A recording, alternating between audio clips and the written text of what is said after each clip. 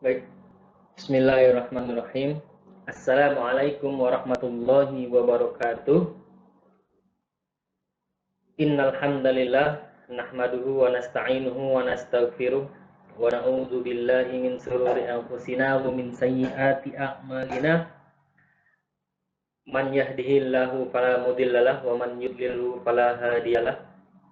Asyhadu an la ilaha illallah wa asyhadu anna Muhammadan abduhu wa rasuluhu. Rabbi shrah li sadri wa yassir li amri wahlul 'uqdatam min lisani yafqahu qawli, amma ba'd. Pertama-tama marilah kita panjatkan puja dan puji syukur kita kehadirat Allah Azza wa Jalla yang telah memberikan kita banyak sekali nikmat, rahmat, serta hidayah, serta taufik, nikmat iman, Islam, kesehatan, kekuatan, kesempatan, sehingga kita dapat insyaallah pada pagi hari ini membahas tentang spekulasi, proyeksi, dan investasi dalam keuangan Islam. Kedua, salawat serta salam mari kita haturkan kepada baginda Nabi besar kita Nabi Muhammad Rasulullah sallallahu alaihi wasallam. Allahumma shalli ala Muhammad wa ala ali Muhammad. Baik, terima kasih pada mahasiswa-mahasiswa ANA Sekolah Tinggi Ilmu Ekonomi Syariah Imam Ash-Shafi'i Pekanbaru, terkhususnya pada mata kuliah Ekonomi dan Keuangan Islam 1. Insya Allah pada kali ini kita akan membahas tentang spekulasi, proyeksi, dan investasi dalam keuangan Islam. Langsung saja, pendahuluan. Islam mendorong masyarakat ke arah usaha yang nyata dan produktif. Dan Islam juga mendorong umatnya untuk melakukan investasi dan melarang membungakan uang. Oleh karena itu, upaya untuk memutar modal dan dalam investasi sehingga mendatangkan return atau penghasilan merupakan aktivitas yang sangat dianjurkan. Ya, yang kita tahu, Islam juga mendorong untuk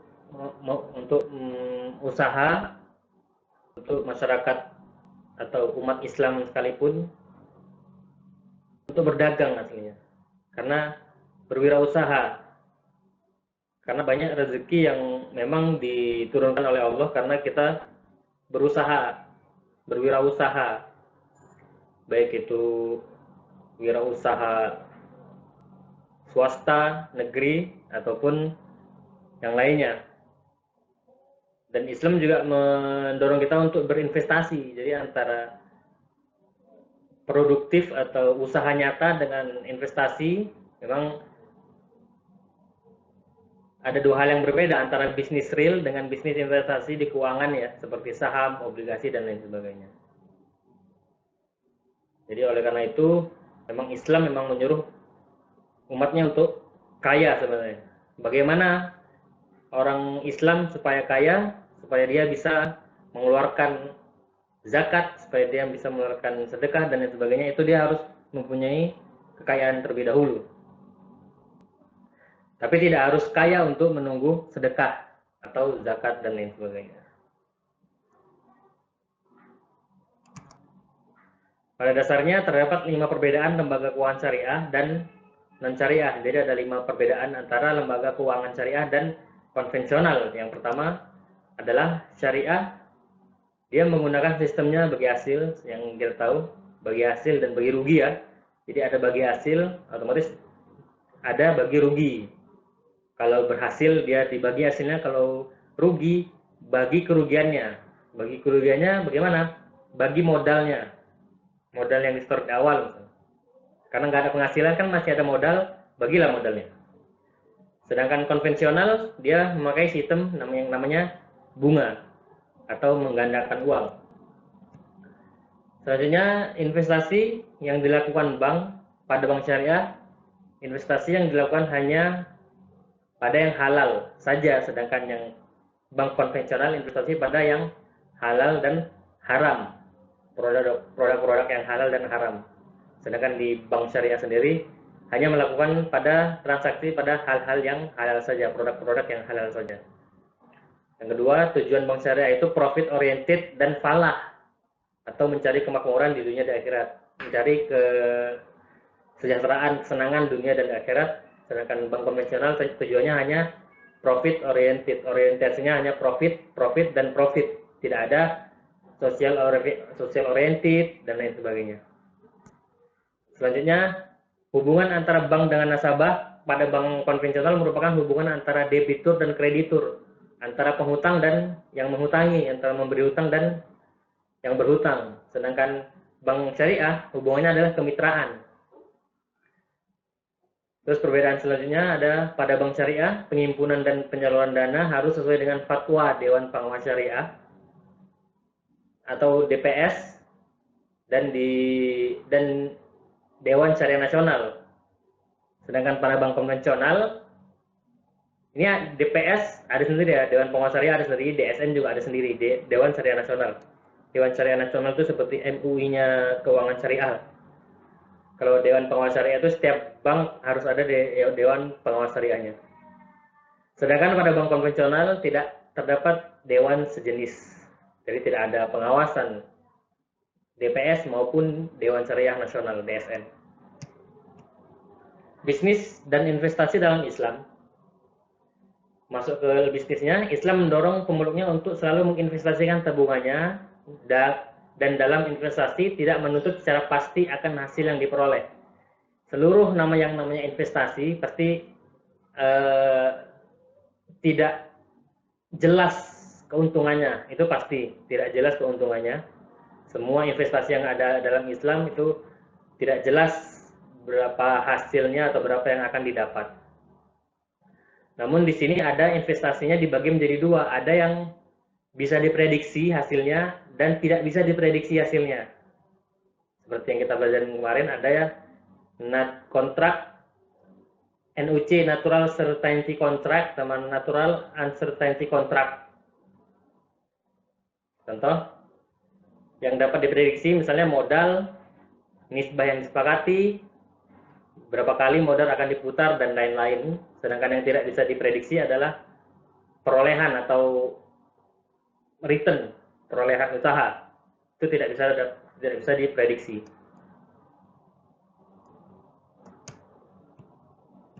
Selanjutnya menurut Safi Antonio, perbedaan tersebut dapat ditelaah masing-masing, yaitu pada investasi. Yang pertama, investasi adalah kegiatan usaha yang mengandung resiko karena berhadapan dengan unsur ketidakpastian. Semua jenis usaha pasti mengandung resiko, yaitu ketidakpastian. Apakah untung atau rugi, ataukah balance dan lain sebagainya. Yang dengan demikian perolehan kembaliannya tidak pasti dan tidak tetap. Jadi kalau yang antum seorang bisnismen pasti setiap bulan tidak tetap penghasilan antum kan. Yang kedua ada membungakan uang, yaitu riba tadi. Bunga adalah kegiatan usaha yang kurang mengandung risiko, tidak ada risikonya malah. Karena perolehan kembaliannya berupa bunga yang relatif pasti dan tetap. Padahal Islam sendiri tidak mengajarkan demikian. Setiap kegiatan pasti ada risiko kan? Risiko. Tapi di sini tidak ada risiko karena perolehannya relatif tetap dan pasti. Kamu minjam uang saya 50.000, balikin 55.000. Pasti ada tambahan 5.000 di situ. Itu yang tidak boleh. Padahal yang tidak mengandung resiko, tapi resikonya nanti di akhirat ini. Jadi bisnis atau investasi merupakan sesuatu yang tidak dapat dipastikan hasilnya. Itu bisnis yang asli, bukan seperti yang kita tahu bisnis membungakan uang, itu bukan bisnis namanya itu. Bisnis dalam investasi ada sektor real sama sektor keuangan misalnya ya. Sektor real itu ya seperti berdagang, sewa menyewa, jual beli dan lain-lain. Lebih mengedepankan dalam pewujudan objek yang dibisniskan. Sedangkan kalau sektor keuangan ini lebih cenderung pada unsur spekulasi, seperti jual beli saham, obligasi, dan lain sebagainya. Ini gambaran jika terjadinya judi. Yang pertama aspek aliran investasi. Kalau jual beli perlu modal, ya jual beli perlu modal. Sedangkan judi, ya judi juga perlu modal. Aspek kedua ketidakpastian. Jual beli, ya ketidakpastian keuntungan sama. Judi juga seperti itu, tidak pasti dia menang atau kalah. Bisa menang dan bisa kalah, sama-sama. Yang terakhir adalah yang membedakan adalah kaitan dengan sektor real atau agregat supply. Apakah naik? Kalau dijual beli, ya naik. Sistem produksi itu akan berkembang dia dengan adanya jual beli. Tapi kalau judi tidak ada. Karena judi itu tidak ada agregat supply-nya, jadi tidak ada pengembangan produk dan tidak ada agregat supply-nya. Jadi judi itu sistemnya seperti untung-untungan seperti itu. Pasti ada yang terzolimi di sini. Kalau yang kalah terzolimi, yang menang sangat untung seperti itu. Judi dapat didefinisikan sebagai statement untung-untungan, yaitu untung-untungan yang cenderung terfokus pada spekulatif, yang irasional, tidak logis, dan tidak berdasar. Jadi letak haramnya judi karena adanya larangan penimbunan barang, dikarenakan dampak pada berkurangnya agregat supply atau tidak produktif barang dan jasa. Dengan demikian, aktivitas yang tidak memberikan dampak meningkatkan agregat supply, barang dan jasa merupakan hal yang tidak diperbolehkan atau diharamkan di dalam Islam.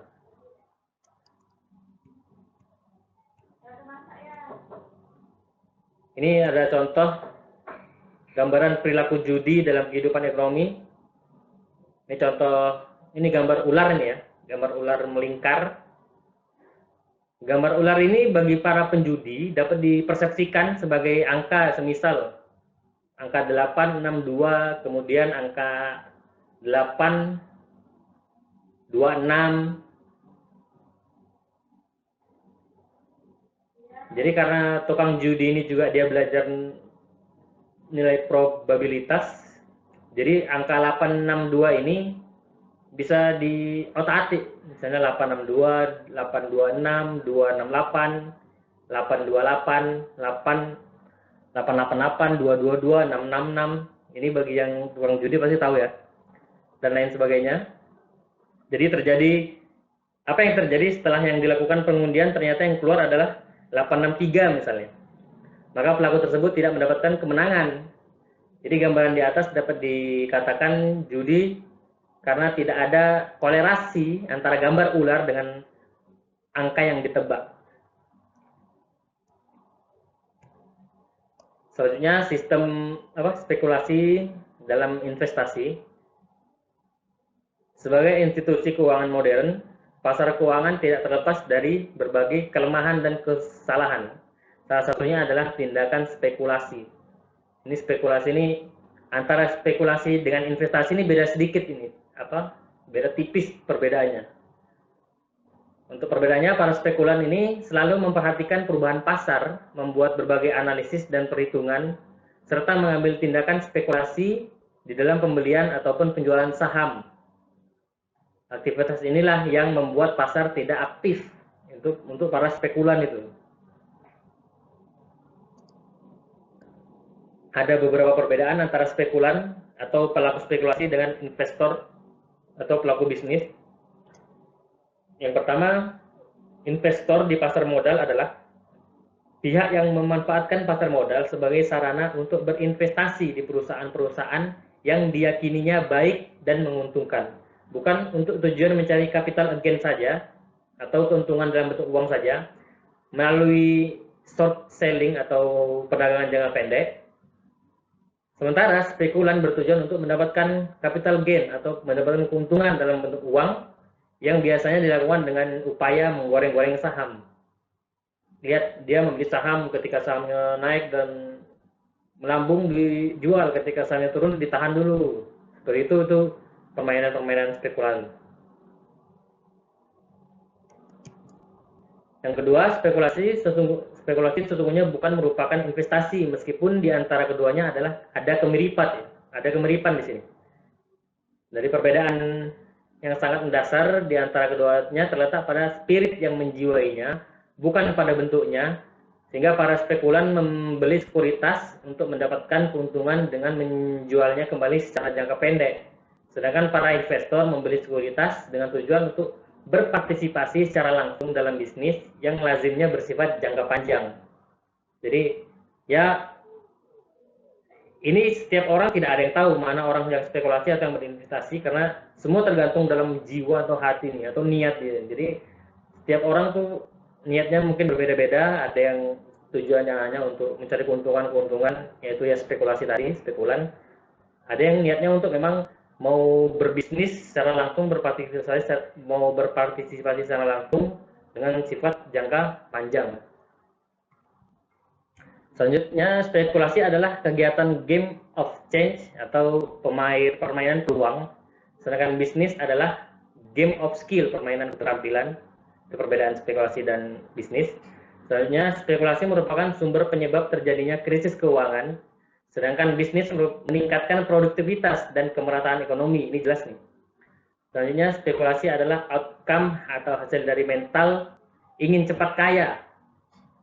Jika seorang telah terjebak dalam sikap mental ini, maka ia akan berusaha dengan menghalalkan segala macam cara tanpa memperdulikan rambu-rambu agama dan etika.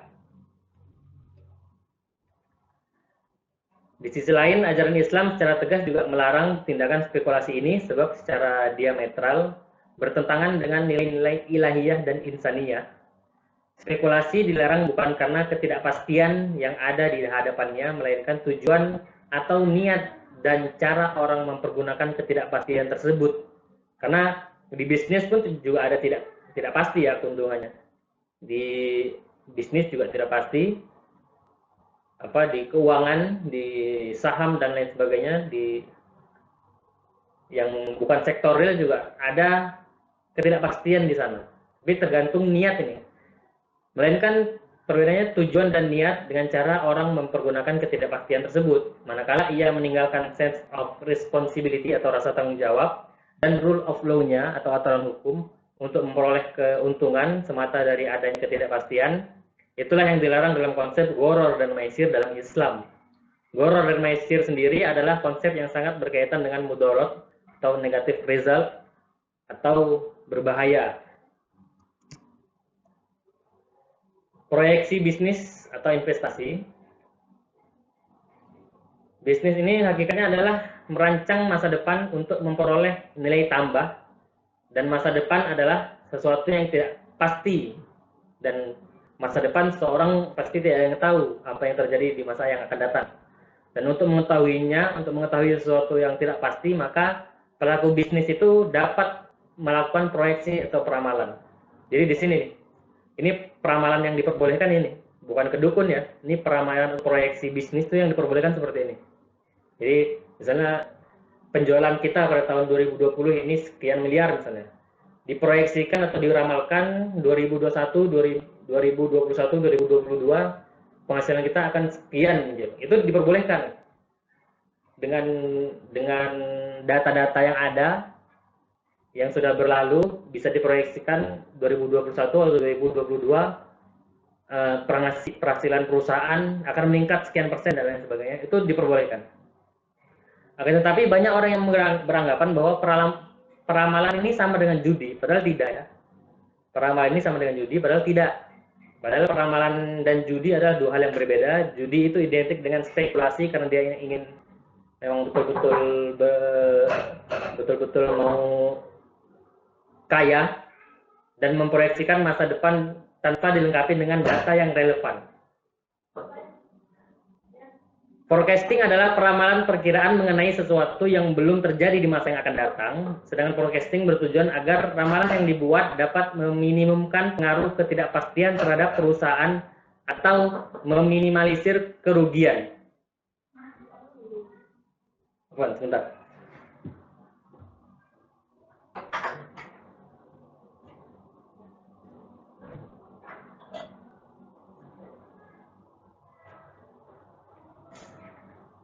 Lanjut. Rasulullah juga membolehkan melakukan penaksiran tersebut yang dijelaskan oleh Imam Malik dalam Alkitab Al-Muwatta. Dalam bab ini jual beli ya, al-ariyah. Sebagaimana dalam hadis yang di bawah, Yahya meriwayatkan kepadaku dari Malik, dari Nafi, dari Abdullah bin Umar, dari Zaid bin Sabit bahwa Rasulullah SAW memperbolehkan pemilik pohon berbuah untuk menjualnya dengan cara menaksirnya. Ini dalil bahwa diperbolehkannya untuk memproyeksi masa depan, masa yang akan datang. Kelangsungan hidup suatu organisasi, dalam hal ini bisnis ya, di masa yang akan datang tergantung pada lingkungan. Yang pertama, lingkungan kontrol dan sosial. Contoh lingkungan kontrol adalah peraturan pemerintah yang berbentuk hukum dan organisasi buruh. Contohnya lingkungan sosial adalah masyarakat, adat istiadat, etika, kebiasaan, dan lain-lain. Yang kedua ada lingkungan teknologi. Contohnya bagi perusahaan adalah perubahan teknologi yang tidak bisa dihindari. Kalau perusahaan itu kurang update dengan teknologi, maka perusahaan itu sendiri yang akan mundur dengan sendirinya, kan seperti itu. Yang ketiga, lingkungan ekonomi makro, contohnya pendapatan per kapita, jumlah penduduk, jumlah angkatan kerja, dan lain-lain. Ada beberapa alat-alat analisis statistik yang hanya sekedar memberikan gambaran yang akan terjadi di situasi bisnis di masa yang akan datang. Keputusan akhir tetap ada di tangan Allah Azza wa Jalla. Itu terdapat pada surat Luqman ayat 34. Namun manusia juga diwajibkan ikhtiar. Ini beberapa alat untuk analisis statistik proyeksi di masa yang akan datang. Pertama ada proyeksi bisnis dengan metode rata-rata dan pemulusan. Itu adalah rata-rata yang didapatkan dengan cara merata-ratakan setiap data tersebut, dan metode ini digunakan untuk peramalan satu periode ke depan. Selanjutnya ada proyeksi bisnis dengan analisis korelasi. Adalah suatu cara atau metode untuk mengetahui ada atau tidaknya hubungan linear antar variabel. Selanjutnya ada proyeksi bisnis dengan analisis regresi sederhana. Adalah hubungan antara linear antara satu variabel independen X dengan variabel dependen Y. Antara X dengan Y ini berpengaruh atau tidak. Gitu. Yang selanjutnya ada proyeksi bisnis dengan analisis regresi berganda. Ini adalah model regresi atau prediksi yang melibatkan lebih dari satu variabel bebas atau prediktor. Jadi ini sama-sama seperti nomor 3, cuman di sini variabel independennya sangat banyak. X-nya itu bisa X1, X2, X3 terhadap Y, misalnya seperti itu. Yang kelima ada proyeksi bisnis dengan metode dekomposisi. Ini adalah metode yang menggunakan 4 komponen utama yang meramalkan nilai masa depan. Komponen tersebut antara lain adalah tren, musiman, siklus, dan error atau komponen ketidakteraturan. Yang terakhir ada metode proyeksi kualitatif. Ini adalah metode yang ditunjukkan untuk peramalan terhadap produk baru, pasar baru, proses baru, perubahan nilai dari masyarakat, perubahan teknologi, atau penyesuaian terhadap ramalan-ramalan berdasarkan metode kuantitatif atau ketika data historis tidak tersedia dan lain-lain. Alhamdulillah, mungkin ini saja yang dapat Anda sampaikan. Kurang lebihnya mohon maaf kalau ada kesalahan ya. Yang salah murni datang dari Anda, kebenaran hanya milik Allah. Kebenaran hanya milik Allah Azza wa Jalla. Astagfirullahaladzim.